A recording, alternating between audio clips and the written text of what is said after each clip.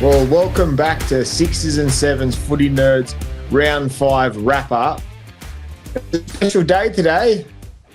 Someone's birthday. How old are you today, Mitchie? 21, my friend. 21. You look 21. I feel... Actually, you know what? You asked me last year what age I was. I said, well, I'm 36. But last year I would have said I felt at least 50. Oh, sorry. Last year I felt a bit better. The year before. So what am I sober for two and a bit years? Man, those back end of those drinking days, I felt 80. You're looking 100. Oh, mate, I look photos back then. I had grey hair. That might have changed under the influence. A little bit of dye. Allegedly dyeing your hair these days, but that doesn't matter. But I was feeling We're so here to old. talk about your birthday. So you've woken up this morning. You would have been up and training. You done 20 stairs yesterday, flying around this morning, jumped in the car, getting ready to go back to France next Sunday. How you feeling? I'm good, There's mate. a lot going on. We've obviously, myself and you have had a lot going on with our guest appearances, obviously diving in around reboot, but obviously you've got a lot going on. You got to get your place sorted before you move back to France. You're getting shit sorted over in France.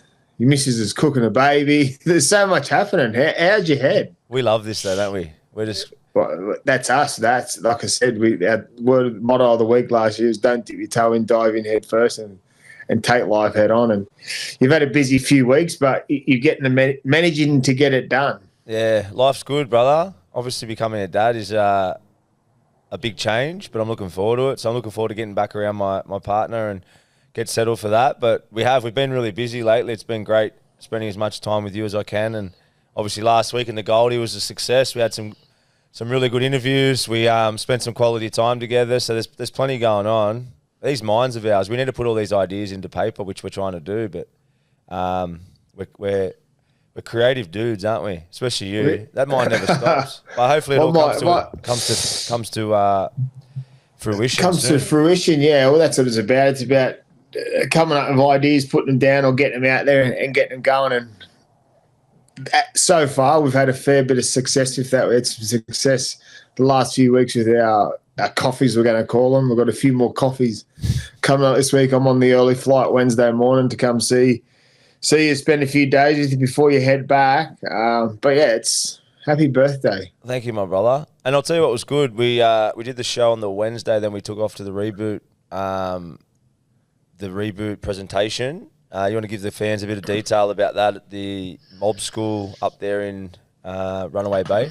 Yeah, so last Wednesday after we had a few coffees with a couple of larrikins, they're not so much larrikins, we call them superstars of the game and former and current. And then Wednesday night we went to Mob at Runaway Bay Sports Centre. They were having a little camp for their sports program that they've got at the school. So they've got a futsal program, basketball program, and a rugby league program at Men of Business, a school I spent a couple of years at. And being last week of the term, last week they surprised the boys and gave them a little camp away, a night out, and we were surprised. We got there and we spoke about our journey through our highs and lows of rugby league, but also a big part of the reason why we sort of started Reboot, and we gave them sort of an insight, and it was really good. We got some good feedback from it. So much happening around Reboot, which is exciting. And the good thing about Reboot is it's a long game. It's about understanding, navigating through what's right and what's wrong in that business front. We've never done it. We've got a really good team around us, and we're starting now to put more of a team around us. We've got, obviously, myself, you and Philip are the three people that's the main part of Reboot, but now we've got two other people that have jumped on board that are going to sort of guide us in the right direction. So when we are doing these presentations or we are getting stuff online or we are having an online presence, that it's sustainable. And that's the thing I talk about long game. This is something that we need to continue to push, and hopefully we'll be in schools by this time next year. Hopefully we'll be in a few of the NRL clubs this time next year.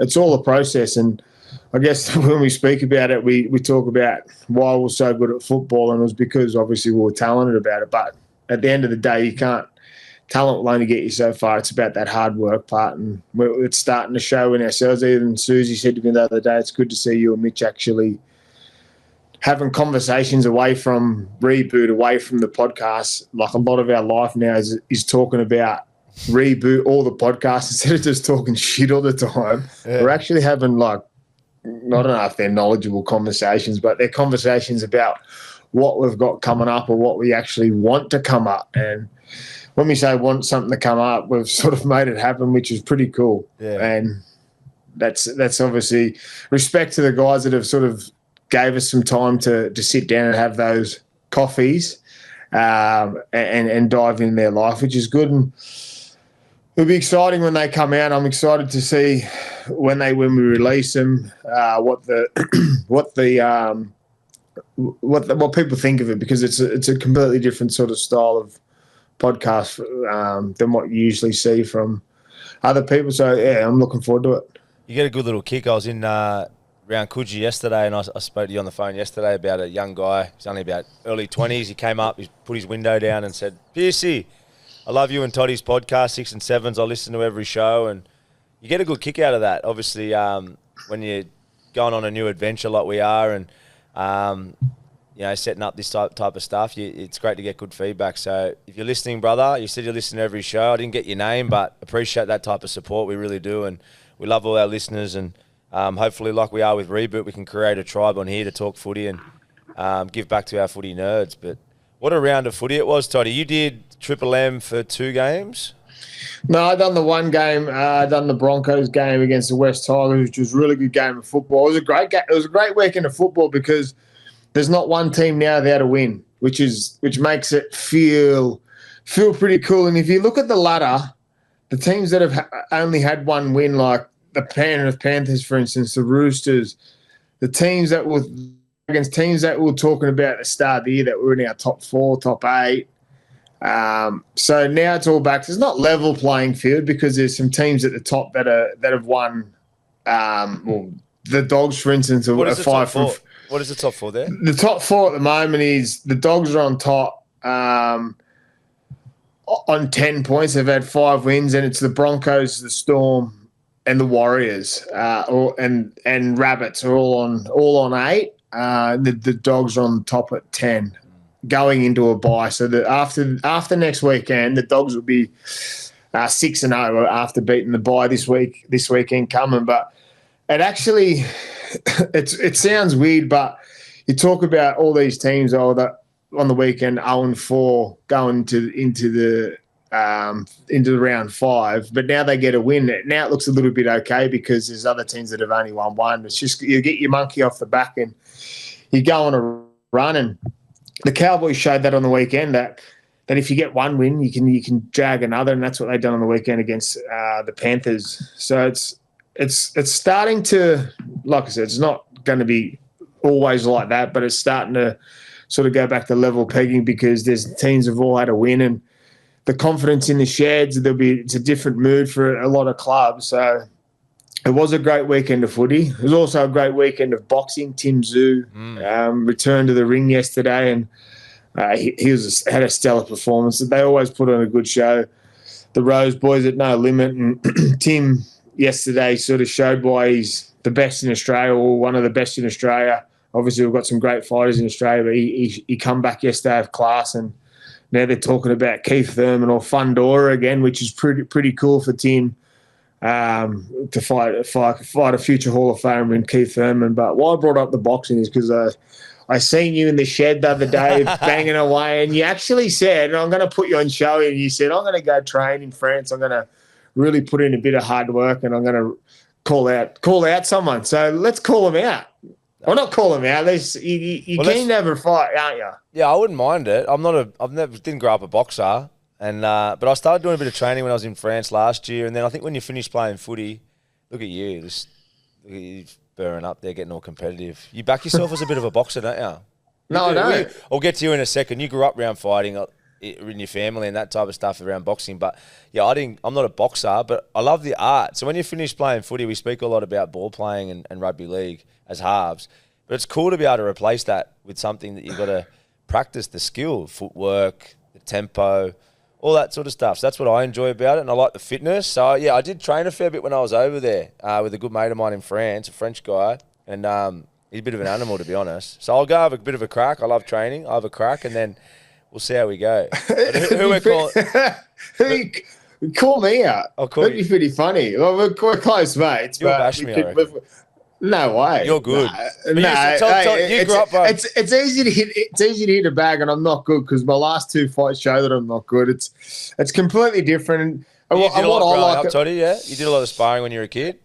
No, I hit pads when I was a kid. My dad was known a bit of a tough nut growing up in Goulburn. Probably the reason why he got a little bit of dementia early and which he passed away from. But yeah, it's been a part of us. My sister probably throws them better than me. Well, both my sisters do.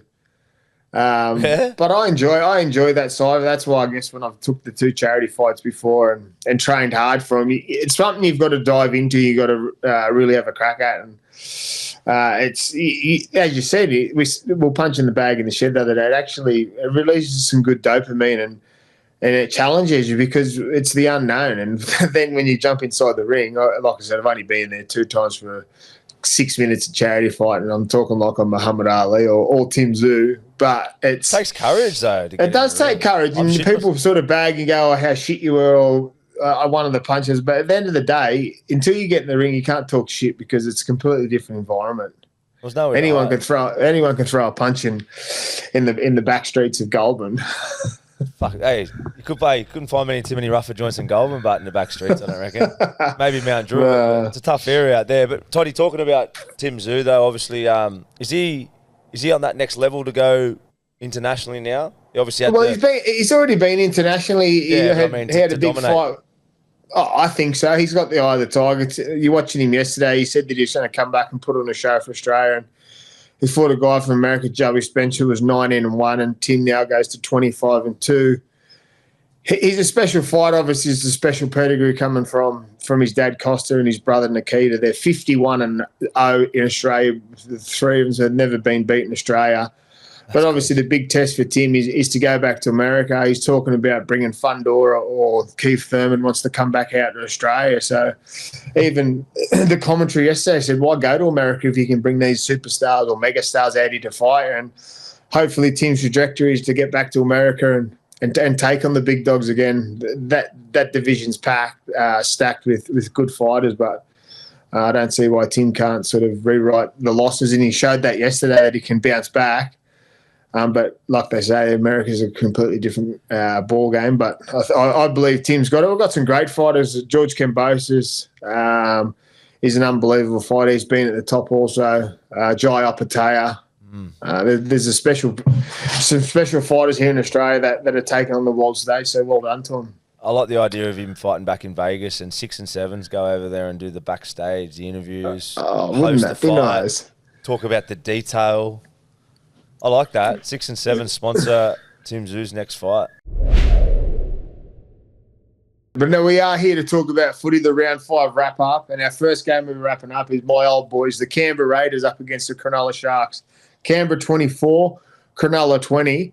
This was a game of tit for tat. It was try for try, so 6-all, 12-all, 18-12, and then it went to 2018, and Raiders just sort of 77th minute on the clock, 5th tackle, Jamal Fogarty decides to throw a long ball to Hudson Young. Do your best, Hudson. And like Hudson always does, which we'll touch on him when we're going to wrap this game up, but he done his best, got through the line, got an offload and went from one side of the field to the other. Sebastian Sue scores next to the place. Game done, but it was a game of just sort of tit for tat.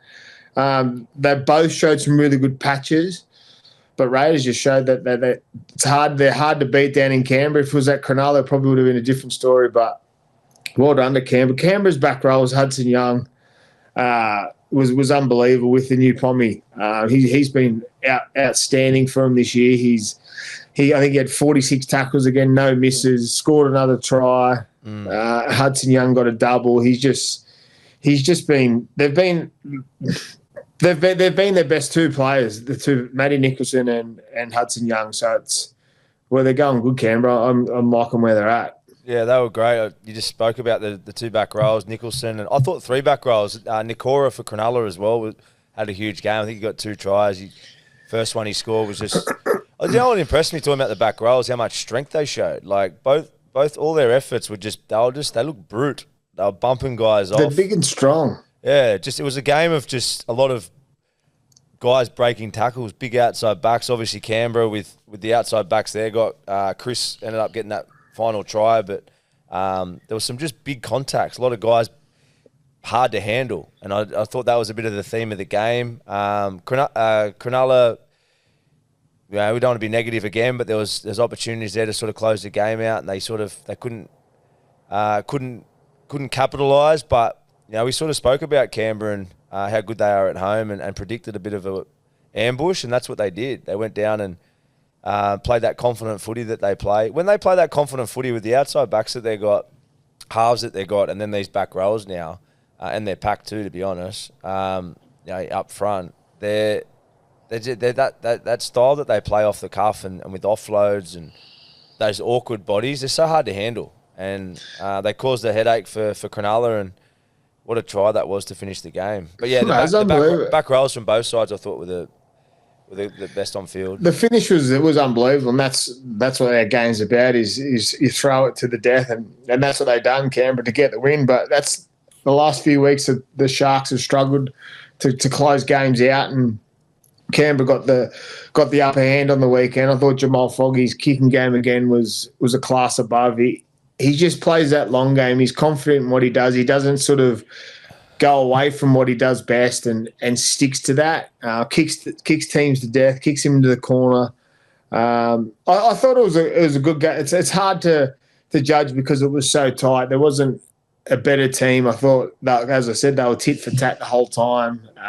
It was a penalty goal of difference until Canberra scored late. So it was a really good game of football. But what it did start from was the start of our conversation this morning was about over the weekend there was 8 sin bins. 2 were professional fouls and 6 of those were from the high shot. Hudson Young was the first one of that. There's a list of players on report. Blokes will miss round 6 from this weekend's games or from the high shot. The judiciary will be packed up. They'll be lying down to Oxford Street waiting for people to sort of have their hearing. But it's a concern. Well, it's not a concern. Obviously, we're trying to protect our players, but some of them on the weekend I thought were very, very uncalled for. Like it was just, but that's the rules and that's where the game's going, and they're trying to stamp it out. So it's just going to be one of those early round crackdowns, and then they're going to ease up. When they used to bring in the play the ball rule where you got to touch your foot on the ball, that type of stuff, they come in with these mad rules, and then 6-7 weeks goes past, Origin comes around and it goes to the wayside, or you think they're going to stay? Well, it's funny you say that. Well, funny you say that. The play the ball one at the start of this year, after round 3, there was a fair few penalised for it. There hasn't been really any of the last few weeks. They do it every year. Yeah. So who knows? But it's obviously been pushed from the top. They want to stamp out the high shot. They want to stamp out. They want the safety of the players is the main concern. And I guess you look at it sometimes, and I know you got to judge between the lines, see between the lines on some, because sometimes a player gets a high shot, put on report, and let go because it's come late. But then when it happens in the moment and the ref's got to act straight away, he usually sends him to the bin. So it's sort of they need to be consistent with it. But like anything, you can have an off day if you're a ref and or a rough decision. So, but that's for the players to try and manage it the best they can. It's hard when there's 3 blokes going into contact, and we teach one bloke go under the ball, one go around the ball, and then find a spot for the other guy. And it's usually that guy that comes over late. That's where it clips someone around the head. So it's such a huge thing. Like, it is a coach killer and a team killer, because obviously sin bins over the history of the game have been massive turning points in the game. But the more common it's becoming, it's the difference between a 14-point ambush within 10-minute period or 20-minute period, and then not. Like, it's a huge. That's not rocket science saying that, but it's determines all the preparation you do all week with one crucial little error like this, and the fact that they're getting more penalised now. It's I'm just thinking from a coach's point of view, how do you eliminate a lot of these, because they're going to keep happening with the aggression in the game, but you come into big games and these sort of mishaps Well, happen. blokes slip into tackles. Well, it Blokes, fucks your whole game. Literally. Yeah, well, Canberra done well on the weekend because they were the first team affected by it over the weekend. They went down to 12 and sort of held Cronulla in that patch. But as we spoke about all the time, the momentum in the game, if you've got the momentum, you can actually stick to that momentum. You can put on points, and then all of a sudden you're down to 12 men and your momentum's against you. You're going to be up against it. So hopefully teams would have to be talking about. I reckon they'd be training with sort of one man in the bin. Obviously, it's not going to happen all the time, but I reckon they're going to have to practice for it. Yeah, the more it happens, it's going to affect some teams in big moments. That's for sure. But I don't like. I said it last week. I hate these ones where it ricochets off a body and then hits the head. Yeah, it's hard to be judged, but at the end of the day, the ref's got a decision to make straight away when it happens, and they've acted on it. The game's let it happen, and we've got to deal with it, and the clubs have got to deal with it. Like I said, there's 8 over the weekend, and 6 of those were from high shots, 2 professional fouls. But we'll see the outcomes of it. But I read this morning that there'll be a few players missing this weekend. Our next game was our first game of Friday night. Was the Penny Panthers up against the Cowboys. Cowboys outright winners 22-18, and this was an up and down game for both teams. But Cowboys showed their fight. They got a win last weekend, and they backed it up this weekend against the Panthers. And you've got a bit of sort of theory around the Panthers and what you think's going on. Obviously, last night on the Matty John show, I was listening to Robson and Drinkwater talk about like trying to best to sort of handle Isaiah Yeo and Cleary, and they did say it that they still managed to have a really good game. And watching the game closely, Isaiah Yeo and Cleary did do what they always do, but there's not much happening around that. Obviously, Dylan Edwards was still out. I think he's a big part of that. He's a big part of where they land on the field, a big part of their defensive structures too, and their systems. But what'd you think of this one? Yeah, I heard the great Andrew Johns talk about something really detailed on the weekend. The way he nailed it was such a good perspective, as he always says. He spoke about obviously with the changeover of players, and when you're as a half, he's talking about Nathan as a halfback, having to adapt as a new challenge now. When you've had a lot of success and everything's sort of been clinical, and you've had the right go forward, you've had your 5'8" outside, you've had Fisher Harris up front, Crichton beforehand. Those guys, not only great players, but probably leaders within that Islander community out there as well. So that dynamics of your group is a lot different. You take out a few of those guys and bring in a few new personalities, and then guys that have probably got similar leg speed. He just spoke about the challenge Nathan has to adjust in his mindset. It's not going to be as much of a sequence, like rolling through the sequences. He's going to have to adapt, probably investing more in energy and invest in building other guys up, getting the best out of players around him, which takes a little bit off your own job as a halfback or what he's used to. So I think that's where they're at a little bit at the moment. You can see him and Yowie are trying the same things that have been working for him, but they're just not getting the same probably class around them at this point. With all respect to Penrith, they'll come good. But yeah, there's just a little bit, there's obviously natural little transition of players that have moved on. So the style of footy's just experiencing a little bit of some new tyres on the wheels, basically. And it's obviously, I feel like that's where they're at the moment. They've got a lot of similar leg speed. Lindsay Smith, Liam Henry, Yowie there obviously does what he does, but there's a lot of similar leg speed. Leota's got to carry a lot of the brunt there now as that play one carry. Without his man Fisher there, he's probably a better guy when he's playing off the back of the play one carry. For fans, that's that sort of second carry as opposed to the alpha that takes that first one and sort of dents the line, sets the move, which Fisher Harris was so good for them. So naturally, you're going to get a transition of players, and when you win this many comps, it's naturally going to happen. But I think that's what we're seeing with them. But as Joey did mention, it's so exciting, and we spoke with Nath in detail a few times about and we see how clear his head is and how intelligent he is. He's always coming up with new ways of doing things. He'd be relishing in this challenge, but it is. He's got a little challenge on his hands, which is exciting. Yeah, well, it's a challenge that I'm sure they'd be up to.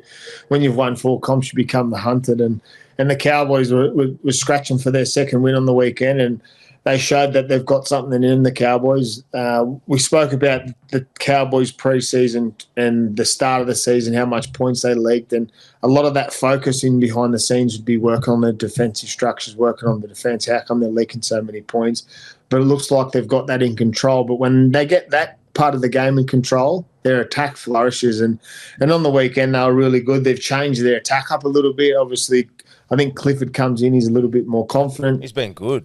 He's been really good. It's a bigger boot. So there's no knock on Duffy, but when you've got a big kicker, the teams that they're playing against are starting the ball 20, 30 metres sometimes down the field, where before they were catching the ball and say the 30 instead of the 10. So they've got an extra 20 metres they've got to gain. So I think Clifford's been a big difference. I think the way Drinky's playing through the middle of the field and letting Cliff and Dearden sit on that sort of their sides of the field, and their middles are rolling through. I think Taumalolo, he's starting to find his form again. Obviously, he had his injury last year, come back through Queensland Cup, which was surprising.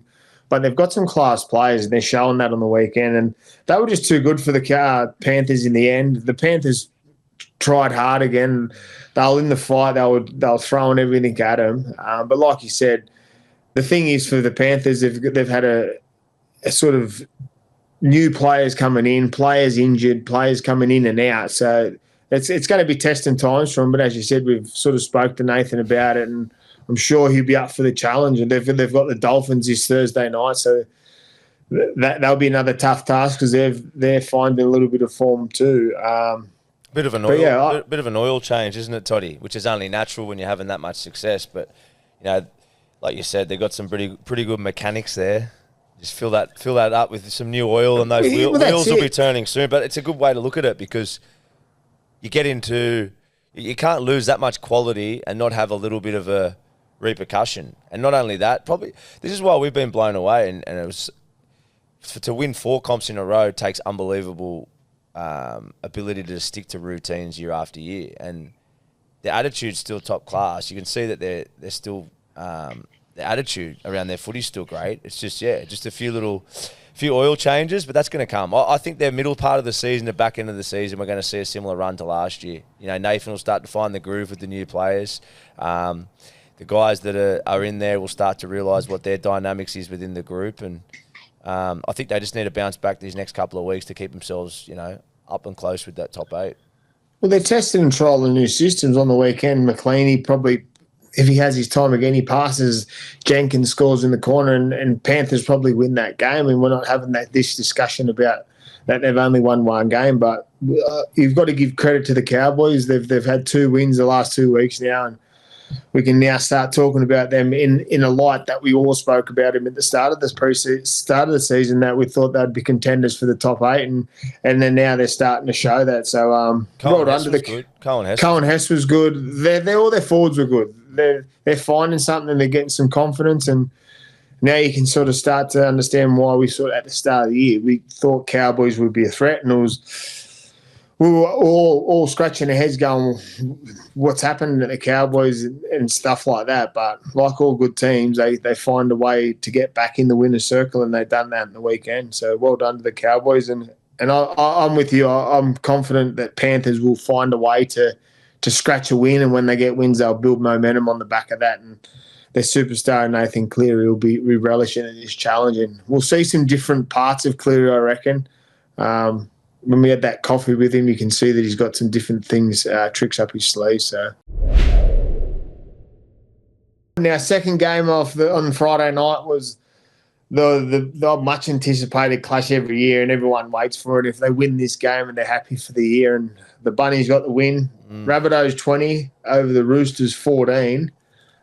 This is a well fought out game for the Rabbits, losing both their halves through hamstring injuries. The return of Latrell Mitchell, which ended up being the difference. But they found a way to win, South, and they're tracking along really well. They'll be challenged this weekend when they go to Perth to play the Cowboys, but with the injuries they've got. But on the weekend, they got the job done, and Latrell with that final pass down the left side was unbelievable, the pass. Such a good pass. Like he just brings everything, doesn't he? The ultimate entertainer. He had short dropouts that were getting getting the ball back, had the magic touch there. Then he had 2 kicks out on the full, which I thought was going to cost him the game. Then he comes up with the try out of dummy half himself, then the pass, like you said. So he just brings so much to a game. But he was the difference in the end. The fact that they lost their 2 halves as well, which is big news coming into the next couple of weeks. I'm sure you'll go into that in a second with Walker and Humphries. But Hubner, for me, another one, he's been the best buy for them. From round 1 to the last round, he's been a standout. Getting Cam Murray, the injury to Cam Murray at the start of the year is obviously huge for how far they go this year, and it's still going to hurt him, I think, like having him in those big games. But Hubner's been such a good replacement. But yeah, it was a crazy game of footy. Roosters again struggling to close the game out. I was happy for Billy Smith. Billy Smith got a try back. Shout out to Billy Smith. He's had some tough years with injury. He had a solid game out there in the centres. Little Sandon Smith got the nice try early, so he's been copping a bit of backlash for not getting the jobs done over the last couple of weeks, but I thought he was sharp. But yeah, Roosters just struggling to close games out, Toddy, but Souths just keep delivering. Wayne Bennett is just a magician. With your halves out at a away game against the Roosters in a local derby, as I just said, a couple of bad plays late in the game from Souths too. Latrell put his hand up, kicking the ball out in the full. Roosters had every chance to win the game and just couldn't get it done. So huge win for South. Massive win. You talk about Wayne, the super coach. Just he keeps delivering. To bring Lockie Hubner down from the Dolphins to South this year. Obviously, it's been a masterstroke because the injury of Murray, but he's just been outstanding through the middle. He's in everything. He works his backside off, and as you said, Latrell comes up with a few kicks out in the full, but he puts his hand up, owns it, and gets on for the next job. He doesn't kick stones and then comes up with the big play down the left side, sees a 4-on-4 short side, which is you usually don't take, but Latrell sees the opportunity and plays with instinct. He stepped up over his front foot and usually on the passes on the inside foot and let it go. When he first let it go, I thought he's definitely getting intercepted because it was a 4-on-4. Was it poor D?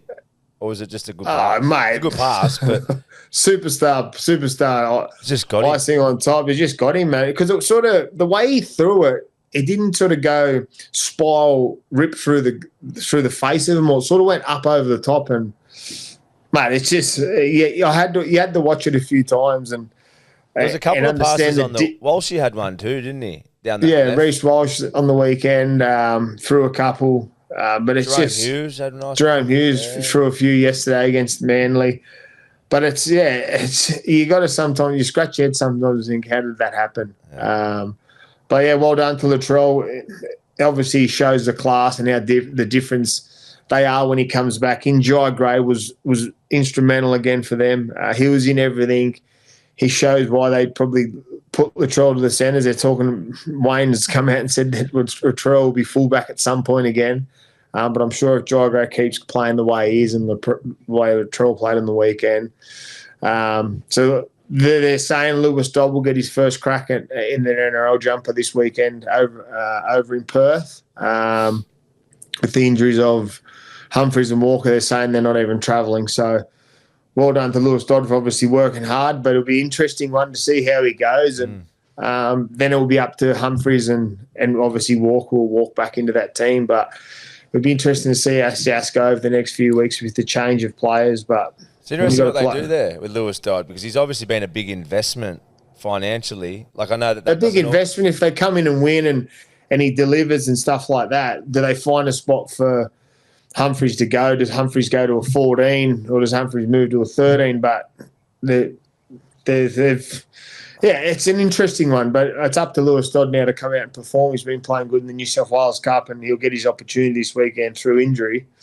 But yeah, you touch on the Roosters. They just seem to cannot finish the moments. They've been in every game they've been in, but they just come up short again. And there was an interesting one, and I don't believe too much I read, but it popped up on Instagram last night that Hugo Savala. Oh, yeah, Hugo Savala was a late withdrawal from their New South Wales Cup team yesterday. Yeah. So he didn't pay. So there's talk that he might come in for Chad Townsend next weekend. And that's just speculation. So I'm just speculating what what I read yesterday, but it's an interesting one that it was a late withdrawal. But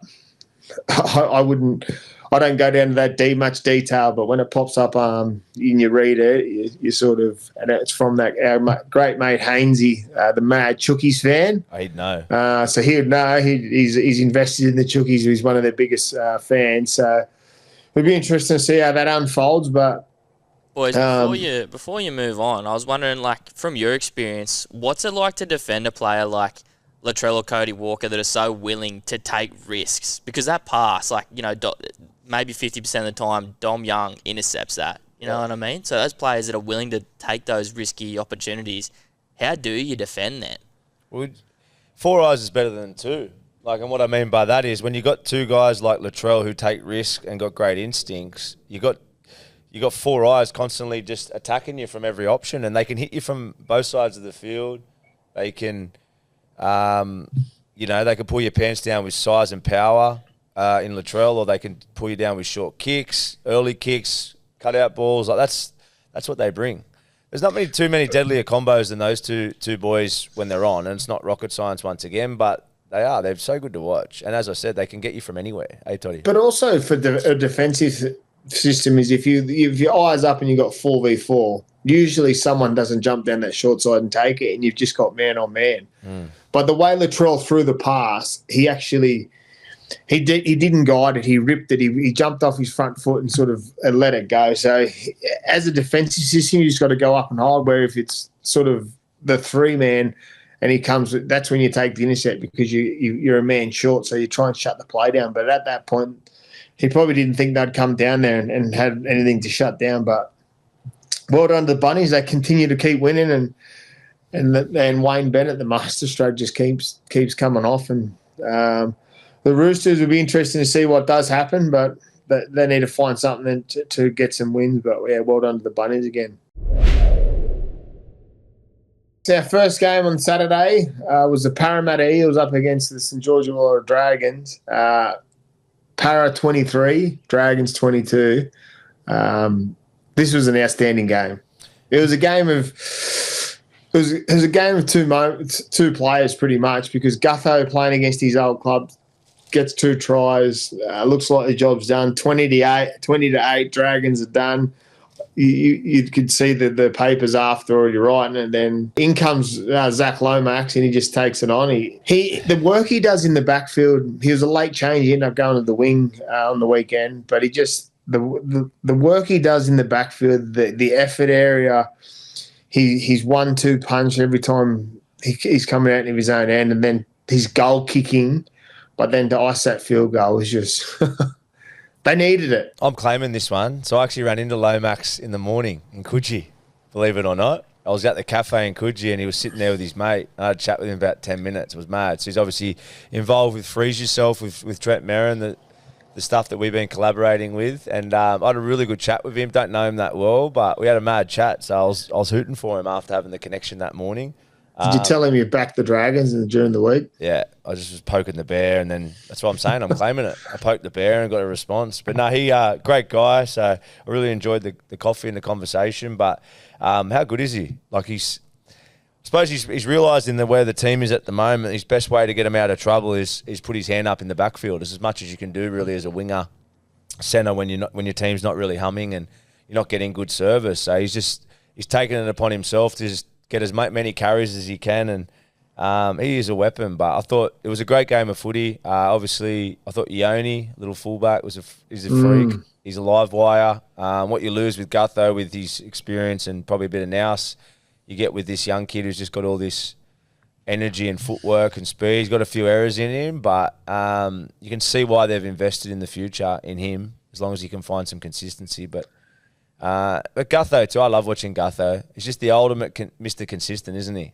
Like what he's lacked in probably maybe coming through the grades as far as, your Turbos, Teddies, these superstars. He probably admit himself he doesn't have that flamboyance. But what a super player. He's been a captains of clubs, played for Australia and Origin, and just been an out-and-out. You talk about the most consistent NRL players, he'd have to be up there in the top 10 over the last 10 years. Oh, 100%. And the way he played on the weekend, he showed that he was in everything. He scored 2 tries. He had a touch and another try. At 20-8, if you're a Dragons fan or an Eels fan, the Eels fans would be sitting there going, oh, here we go again. The Dragons fans would be rubbing their hands here that we've got the 2 points. But something seems to keep happening to the Dragons, that they let the leads go, and the Eels sniff that, and it starts from Lomax. Like I said last week, that if Lomax continues to put all the effort in, and he does, and a few blokes start to sort of work with him. Some good touches from Iongi at fullback. But I thought Dylan Brown on the weekend, we've been critical of him, but I thought the way he played on the weekend, I think it was he'd had 10 runs in the first 60 or 50 minutes. He played direct. He was in everything. But he showed that obviously he's a good player. He's an outstanding player, but he hasn't been showing that. But on the weekend he did, and when I spoke to you the other night about it, when they get Mitchell Moses back, you'll see a different team. And if they can continue to, like we say, you get one when you all of a sudden you get 2. And listening to Rolsey after the game, he seems like he's got the group. They're really connected. And if they can, I think Rolsey realises it's similar to when Serraldo took over at the Dogs, isn't it? He's been super calm in his press conferences because he trusts where he's going, and he's been patient knowing that it's baby steps. So it was great for him to get the monkey off the back. And to be honest, I do see the growth in Parramatta long game, but I haven't seen much improvement. And we've been talking about that, and that's why we've been critical of Brown, Dylan Brown, and his competitive nature. And you normally see when a coach takes over some growth. I haven't seen growth, but on the weekend it was probably the first little bit of shining light, which was pleasing to see. Yeah, but the improvement comes when you get 2 points, and obviously the growth and improvement from players. Obviously, Zac Lomax the last 2 weeks has played way better than he has the weeks before. Players are getting better individually, and if you get individuals starting to play better, then you get blokes on the outside of them start to rally around and play better with them. All of a sudden it becomes a team effort. The team effort that becomes, you get your 2 points, in which they got on the weekend. It was a hard-fought win. But someone had to win that game, and the gods of rugby league made Zac Lomax that man, and he stepped up, and he sort of hurt his foot late in the regular time, and then in Golden Point he gets to the position where he needs to, and he gave the boot a wallop. It hits the post and ricochets through. But what it shows with me and Lomax is that he's an emotional guy. He's all about the team. He's all about his teammates plus his former teammates. He spoke about that, how they would be feeling, and how emotional he got. And it just shows that what it means to him to play footy first and foremost, but just obviously to get out there and get that win, and how difficult it must have been for him to obviously leave the Dragons, but then to play against them and get their first win. So well done to Zac Lomax on the weekend. He's a super freak though, isn't he? Like the way he catches bombs, the size of him, how he can just land goal kicks and field goals from everywhere. He's a fucking freak. Well, he starts their sets with his play 1 or play 2 carry, and then finishes their sets with his kick chase, because he's down there every time hunting for the ball, competing on everything and making it, contesting every play. Obviously, when they put up the bombs, he's there ready to catch them. So well done to Zac Lomax, and it shows that they're starting to get better. And I'm sure, like all Para fans and like myself, after listening to Mitch the other week, that I'm looking forward to when he comes back into that team and where Para can get to.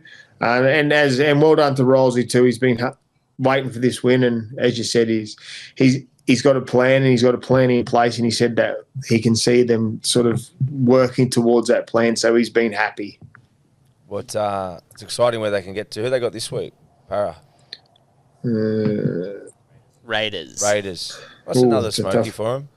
Canberra's got that up and down in them, as much as you hate admitting that. It's in Darwin. Been nice and hot in Darwin, TIO Stadium in Darwin, so it'll be an interesting one. It was a funny round for I backed the underdogs, Dolphins and Para. Said they got to win sooner or later, and it's kind of I'm a magician.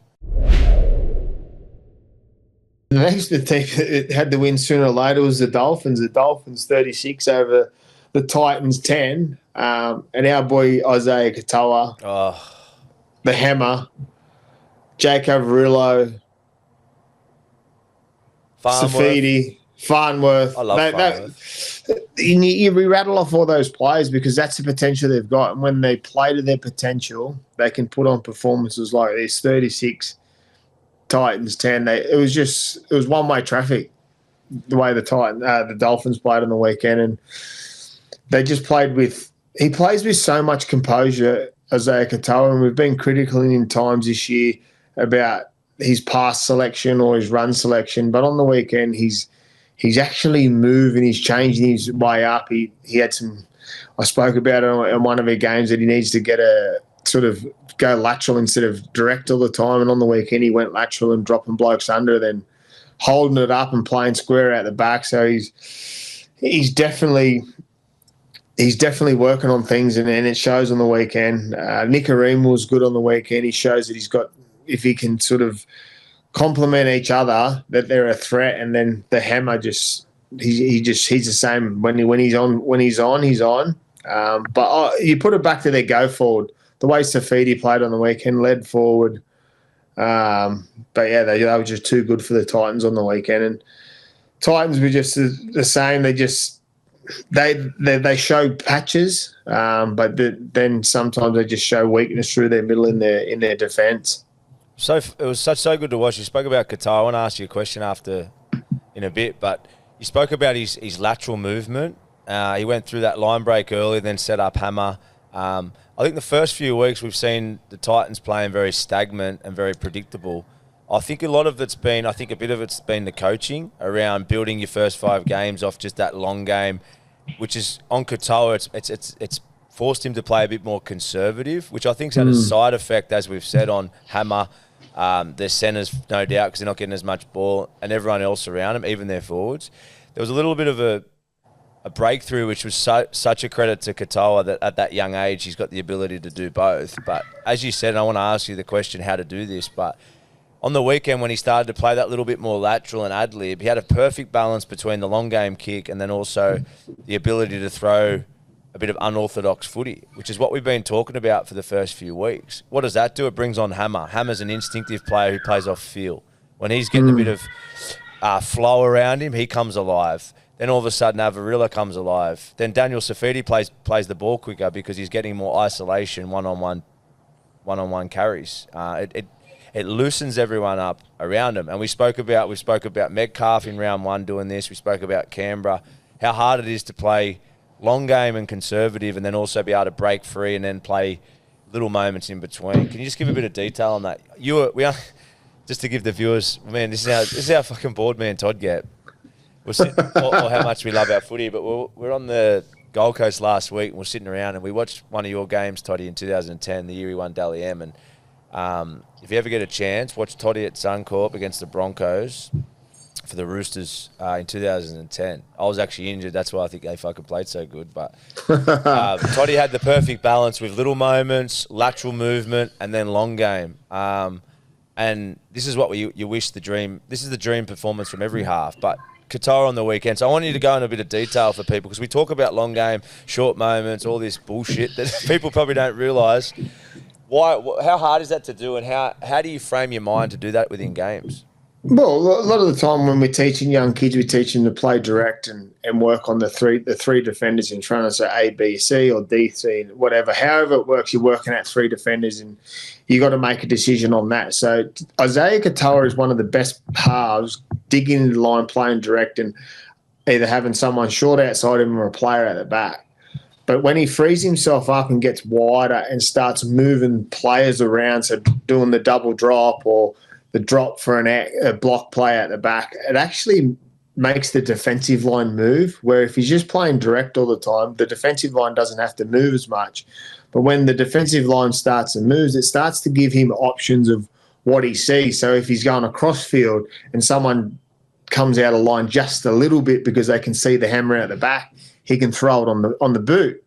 Where if he's just playing direct and using hammer at the back, he can't see this guy coming forward, or he doesn't have the ability to kick because he's so square. But if he's going across field, and then on the weekend he went double drop, and he went double drop because no one had sort of come out of the line, and then someone decides to come out of the line again, so he kicks him behind him. So it gives him options to play off, and then the good players take the best option. So we talk about good and bad options, and then there's a perfect option. So there's no real poor options unless you kick the ball out over the sideline or you drop the ball. That's just an error. But then there's the good option, the okay option, then there's the perfect option. The perfect option is the try scoring option. And on the weekend, he showed more often than not that he went with the perfect option or the good option because he kicked in behind them. And when you start doing that, the defensive line goes, oh, well, all week of practice, like Isaiah Katoa going square at A, B, and C, isolating the four defender, but all of a sudden now he's isolating defenders outside the four, and they're like, what's going on here? So it's a massive the way he played on the weekend, because what it does, it now grows his game, but it also grows the Hammers game. It brings Nicarima into the game, and then it opens up the ruck for Jeremy Marshall-King, because when Isaiah gets wider, all of a sudden A, B, and C has to get wider because they're mimicking what he does. So all defence mimics what a player does in front of him. So if you go wide, you move across to him because you got to work out where they're going. So when he becomes wide and pulls the A, B, and C apart, all of a sudden Dolphins can then flood through the middle. So well done to Isaiah Katoa from changing his game up, and obviously they've worked on it, but there's no... From what he done is why blokes like the Hammer, Nicarima, and that all play better, and then they can all of a sudden flood through the middle when big Safidi scores next to the post, is because it's all from the movements of Katoa. Even well said, Toddy. I loved hearing that. And even when you were saying about the ability to have the halves being wider to open up the ruck, which opens up their middles, they've got two of the best centres in the game, haven't they? And I think the next evolution for them now is using Farmworth and Avarilla like genuine options, like getting them early ball in yardage, which is a bit more of a responsibility on Nicarima and probably Hammer, more so than Katoa, to an extent Katoa. But I think when they can start to really build, that early ball to them and start to really spread defence, because we spoke about it, I think, last week's show. On the Monday, we spoke about how important and valuable big centres are, and they've got them. I reckon that's the next steps. Use them up. Use their big centres up, and they're going to have even more joy through the ruck. Well, it shows the class he's got in Katoa, because he's got levels in his game. He can play square and direct when he needs to and play that long game that we spoke about, getting to the end of sets, kicking long on the weekend. He showed that he can go lateral and drop blokes under, play square, kick behind them. All of a sudden, he'll start dropping blokes through the middle, tightening up the defensive line. Then he'll be able to play it early to the Avarillos and Farmworth and gives them space. But it's exciting for the Dolphins of what they've got there. Obviously, defence has been an issue for them also this year, but on the weekend they kept the Titans to 10. We spoke to someone in a coffee last week about the Titans, about how they look and where it's at. Obviously, they've lost Kinney for the year. The young kid at fullback, De Groot, is a good player.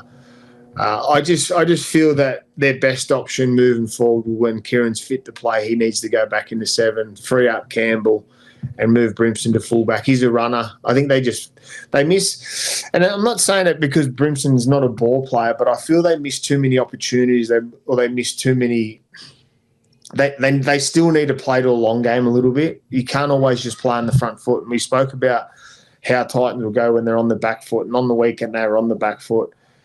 But then when you're on the back foot, you don't have to be always on the back foot. You can work your way through that, and that's by playing the long game, by building momentum. But if you don't have two natural kickers that are going to get to the end of the set, put in a really good kick, you can't get the momentum back. So I feel they need to change it a little bit, or have someone that can sort of step up and change the momentum when it's needed. But on the weekend, the Dolphins just didn't give them any momentum, and it showed in the scoreline. Yeah, that's for it's Kieran Foran, isn't it? That's their luxury that they have when he's fit to come back and play that role, isn't it? With where they're at, that experienced half, as you said, it's proven now over not only this year, last year, that when they're on the back foot, and as you said, having the ability to learn to swing momentum off the back foot when things aren't going your way, which is a skilled half in the head to be able to do that. That's Kieran. And that's sort of what they need, don't they, at the moment? Because, as you said, they're front runners, they're great. When they're on the back foot, there's a lot of vulnerability there for the Titans, and inconsistencies are a real issue for them. Yeah, and it just shows that the importance of sometimes, and it's not all the time, but the importance of an older head and someone that can steer and manage a game. And the next game we're going to be talking about is the Broncos 46 over the West Tigers 24. And this game right up to the 40th, till half-time, I commentate this one, so you get an option to change your tips. You change who you went for at the start of the game. And the Tigers played really well, but what happened in the 10 minutes after half-time was the difference. Ben Hunt, 40-20, first set after half-time. Adam Reynolds steps up, chip and chase, lays on another try.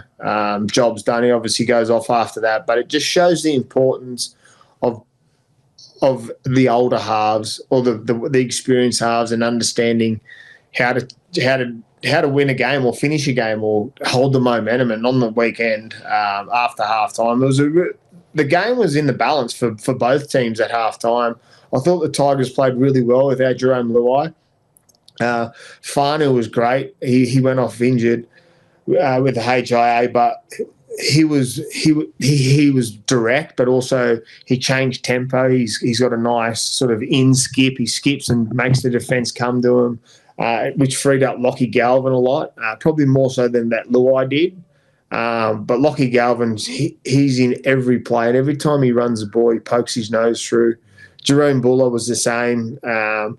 Tigers were impressive. Their middles were impressive again, but the difference was the 7 and 6 for the Broncos, and in the end they ran away with the Broncos. Reece Walsh was played within himself again, but just showed that he's got that brilliance. We spoke about players throwing long balls and stuff. He had a few good moments on the weekend. He's got a massive boot, can goal kick. I'm liking where the Broncos are going. Obviously, you speak about the Broncos of the talent they've got and how far you think they can go. But yeah, on the weekend, the difference was the 6 and 7 for the Broncos. Yeah, like you said, those two old dogs are 2 steps ahead, aren't they? It's obviously experience, game now, something the Tigers are lacking at the moment. It's just sort of where they're at, right? But Galvin, as you said, I love watching Galvin play because he just plays with no fear. You know, regardless of how his team's going, he just always keeps asking questions. He's always, like you see, he's a bigger body. He always finds his front. Him and Buller had some really good touches, I thought, early. But, yeah, it was great to see, obviously, Adam Reynolds with that classic chip and chase. Just 2 steps ahead. Obviously, Benny Hunt took the reins at the back end of the game there when his little mate went down with an injury. What's the report on Reno? Is he out for a couple of weeks? I think it was probably precautionary because he come back to the sideline. He had it. If he was done for the night, he would have come out with the ice, but he come back out with the tubey grip on his leg or the compression on his leg ready to go, and he sat on the bike for 10, 15 minutes during the game. So I'm not sure. Obviously, they've got the luxury there with Billy Walters on the bench, and moving forward, they've got players that can go in that position if they risk him or not this weekend, but against the Roosters. But it's a short turnaround for them. They're on this Friday night. But yeah, the way Ben Hunt stepped in and played too when Reno went off, it just shows that they've got that class there. Like if we talk about Reno is the driver and Ben Hunt takes the back seat, but as soon as Reno goes off, Ben Hunt just knows how to jump in the front seat and drive the bus. He's so good at it. He's done it in Origin level. He's done it at the Dragons the last few years. But it just shows the mutual respect they would have to have for each other, because Reno does everything, and obviously he's the best at steering the ship and understands when to kick and his long game, short game. But Benny Hunt on the weekend stepped up in a big moment and just didn't put the nail in the coffin, but it actually broke the Tigers back after halftime. Had a really good half, and then all of a sudden Benny Hunt steps up, kicks a 40-20 first set, try, boom, game over. Do you think on the Cherry Evans situation, do you think we're going to see similar to Reno? There's a bit of media talk around them not re-signing him and all that. We're going to see a similar thing up there?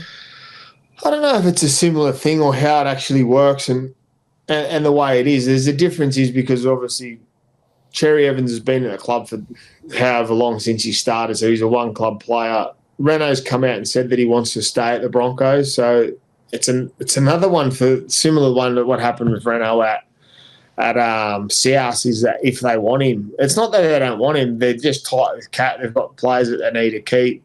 They understand Renault's sort of on his last legs. The way he's playing, I would keep him. But that would be up to Renault of what he wants to take. If he gets an opportunity to go overseas, I don't see him going to another NRL club. But money talks, right? If you so for the CEOs, for instance, like they talk about what they offered Cherry, would you go throw that to Adam Reynolds straight away? Well, it just doesn't don't want to start this argument again. Doesn't make sense, does it? It doesn't make sense. No, you've spoken about it. But if Renault's available now and Cherry's decided to part ways, well, yeah, I'd go for Adam Reynolds, for sure. Yeah, but he's in a similar boat to Cherry, isn't he? Where he's going to have plenty of options. Yeah, he'll have plenty of options. Just depends what he wants to do. But I'm sure Broncos will find a way to keep him, even if it's just for one more year. But it shows that they've got, obviously, players coming through there. The situation they're going to face is over the next 2-3 years is that both them players will be gone. So they'll have to have someone new come in. So they'll have to work for the future at some point.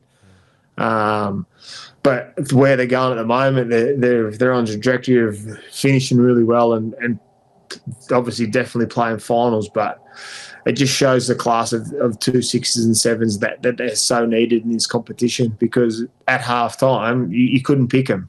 Yeah. When's Jerome's back? How long's he out for, Jerome? Jerome's back this week. And in terms of that Adam Reynolds injury, nothing's confirmed yet. But if it's anything more than tightness, they reckon he's likely out for a few weeks. They're hard, those hamstrings. Yeah, they are. They're hard to judge, and you don't want to sort of make him sort of deal with this early in the year when they know that they've got someone that can sort of step in and do that job. So, and they don't get Ezra Mann back till round 10, so he won't be an option. Well, our first game on Sunday afternoon was at Four Pines Park. We used to be the fortress for the Manly Sea Eagles, but Melbourne 48, Manly 24. It was one-way traffic. Wow. One-way traffic. It showed that it just would have sitting in the sheds when you see Jerome Hughes is named at 22. You'd be just like, oh no, here we go again. But the way it started, it was even. But just I looked away for 15 minutes and turned it back on null up, like it was 30-12 or something. But no, just the way, I don't know. It's hard to explain Melbourne, because they just, you think they're controlled and they play to a structure, and everyone talks about they're clinical and things like that. But they just play on the momentum. They play on the front foot. They do it really well. I speak about, you were speaking to each other about who's the orchestrator, who's the bloke that pulls the strings. I believe it's Harry Grant. But they've just got they complement each other so well when Hughes, Munster, Pappenhausen and Grant, they're together, and they just make everyone else around them better players. It's like poetry, isn't it? Like, you spoke about how they create momentum, but Melbourne's been doing that for 20 years. Like, even we spoke before about creating momentum off the back foot. We spoke about the Titans, but I'd just love to go to maybe we can do that part of 6 and 7s, go to a training session up in Melbourne one time, because I'd just love to watch whoever's the architect, whether it's the players or Bellamy or the attacking coach there. I think it would be all three. But just the way that everything that they do, just the evolution from Smithy and Coops and Billy Slater to then the last 4 years' success that they've had, and then even again this year. Like, everything is just so in sync. Not only just the ball players, their decoy lines. Everyone runs the perfect lines, genuine lines, genuine threats from every part of the field, and they're just too good. Literally, they're just too good. I expected an ambush down there. We know what Manly are capable of. We say that the bipolar team. Well, that's what they're becoming again this year. When they're on, they're on. When the momentum swings a bit, it's a heavy-legged Manly at times, but no one was stopping Melbourne yesterday. But there was a good chance they were going to go to put 60 on them at one point. And credit to Manly that they sort of showed a bit of got a bit of respect back from their home crowd to sort of crawl back into the game a little bit. But, mate, Munster from the start, the try, Jerome Hughes, Pappenhauses from short balls to long balls, too good. What about, I'm laughing.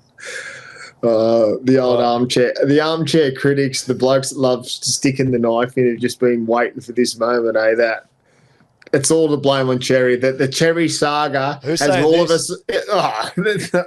I'm not going to say names because I'm just going to leave it, but they'll know who it is. You'll see it'll pop up that they're coming out saying that at some point the Cherry saga had to take an effect, and it happened yesterday. Oh, it wasn't just a Melbourne Storm team that were red hot and flying. That this is going to happen. This is. It's just what it's apart. And but this was the end of the day, there was two teams playing yesterday. There was two teams yesterday. There was a team that was really good, and there was a team that was really poor. And the team that was really poor was Manly, and the team that was really good was Melbourne. And credit to the Melbourne Storm, they unearthed Will Warbrick last year, a sevens rugby union player from New Zealand, and yesterday a kid named Moses Leo made his debut for the Melbourne Storm. He's played one game of rugby league, which was in the New South Wales or Queensland Cup last weekend, and he debuted yesterday for the club, and he was outstanding. Freak. It just shows that their systems, and if they stick to them, Grant Anderson jumps onto the wing, scores 3 or 4 tries, but they're just finding form. Well, not finding form. They've been in form, but players are getting better. Like Sean Bloor, Katoa, Josh King, and Ikamanu up front. Like they've still got Big Nelson to come back into that team. It's scary signs, and we spoke about at the start of the year when you tip at the start. And Melbourne, both their teams with Melbourne, and they're not sort of slowing up, I don't think. And it's gonna take a good team to beat this Melbourne team if they're fully fit at the back end of the year. I'm dead serious. I want to go up there and just observe and just watch, because we go on with all this jargon about systems and consistency, and we're all fascinated by Melbourne, but I just can't understand. Honestly, it's just a 20-year tidal wave of just absolute clinical footy and defensive systems that just continually turn up. And as you just said, a guy that's coming in off one game of NRL, I've one game of rugby league or 1 year of rugby league, did you say? But just zero experience, and then just comes in and just fills his role. And we've seen this time and time again. So, Craig Bellamy, you are a genius, an absolute one-of-a-kind coach, and they just keep delivering. But it's easy to have, like you speak about the attention to detail in their attack and stuff like that, but like the way they do things and they just keep evolving, I mean, you don't see that from any other side. And it's clearly the class of player, but it's once again, it's that system. That's why I'm fascinated. I want to know if it's Bellamy or it's the assistant coaches. They turn assistant coaches over, and it's obviously Bellamy. They turn assistant coaches over, and those assistant coaches go to clubs and go on to be coaches at other clubs, or the aspirations to. If you get time, watch the documentary on the Melbourne Storm last year. The professionalism, the way that they treat their players, and the way Craig is, and the way the club is, it just shows that they've got that team first mentality, and you go there and you've got to buy in or you just get booted out. Yeah. And you've just got to do it. And that's obviously all in the back of Craig Bellamy, the way he lives his life away from footy, but also when he's around the boys, he shows care and comfort, and he gets that benefit from his players every week in that 80 minutes. Yes. Well, our last game of the weekend was the Bulldogs up against the Newcastle Knights, and we talk about impressive and teams getting better and superstar coaches. Well, we can't say he's a superstar coach yet, but because he's only been at the helm for a couple of years. But Cameron Serrato's got this Bulldogs team firing. 20. It was a game 2-0 at halftime, but it just shows that the Dogs have got something that they know that if they continue to stick at it, they just wear teams down. They're at everything. And your man, you spoke about Kurt Manning's 200th game. He was outstanding again. Bailey Hope was outstanding again. Toby Sexton was taking the line on, kicking in everything. Stephen Crichton. The list goes on the way they're playing, but they're just working their backsides off for each other and staying in it. We spoke about the Dogs obviously losing Burton and then performance against Parramatta where it was a dogfight and they just got the job done. And I put my hand up. I spoke about that this next 4 weeks could have been a bit of a struggle for the Dogs because I thought that they lacked a bit of creativity without Burton that first game. But then since then, just shows the credit to the players first and foremost, Hayward and Sexton and all the rest of the crew that are there. And Kurt Mann, you just touched on in the middle there. But obviously the credit to the coaches to just, realise that you lose one of your best players with your kicking game and that Origin 5'8" to then rep footy 5'8" to then bring in Hayward is just, if anything, their footy's almost become a little bit better in a different way. They're definitely asking more questions as ball players. Burton's 100% going to be going straight back in there, but they get a different dynamics to the group. But it's not a worse dynamics for what they've shown the last couple of weeks, and it just puts more responsibility on your Kurt Manns and these guys around the middle of the ruck to take a little bit more control, and that's what they do. They're just so well coached. Well, it frees up Sexton a lot more than what it would when Burton plays because Hayward's a natural 6, or he's played a lot of 6 in the juniors. So he's comfortable to step up and play first receiver. He's comfortable to take the kick. He's comfortable to set up plays where Burton sort of just plants himself on that left side of the field, lets Toby take control of the whole team, and then when he wants the ball, he puts his hand up and they pull the trigger on that play, where Bailey's more of a, if I see something, I'm going to take it. If you see something, you take it, and then we'll just link back up together through the middle. So they complement each other really well, and obviously moving forward, if they were to lose the centre, they could move Burton to the centres or move him into different positions. They spoke about saying he should play 13, but that's hard because Seaman and Kurt Mann are doing an outstanding job.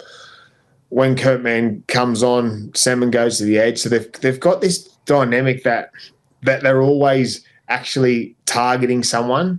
They've got a job to do when Kurt Mann's on. They change the way they play. When Seaman starts the game, they play a completely different style. But each time someone comes in, they play to a different structure, it seems like. But the structure doesn't change too much that it makes them not in control, that they all know what their role is.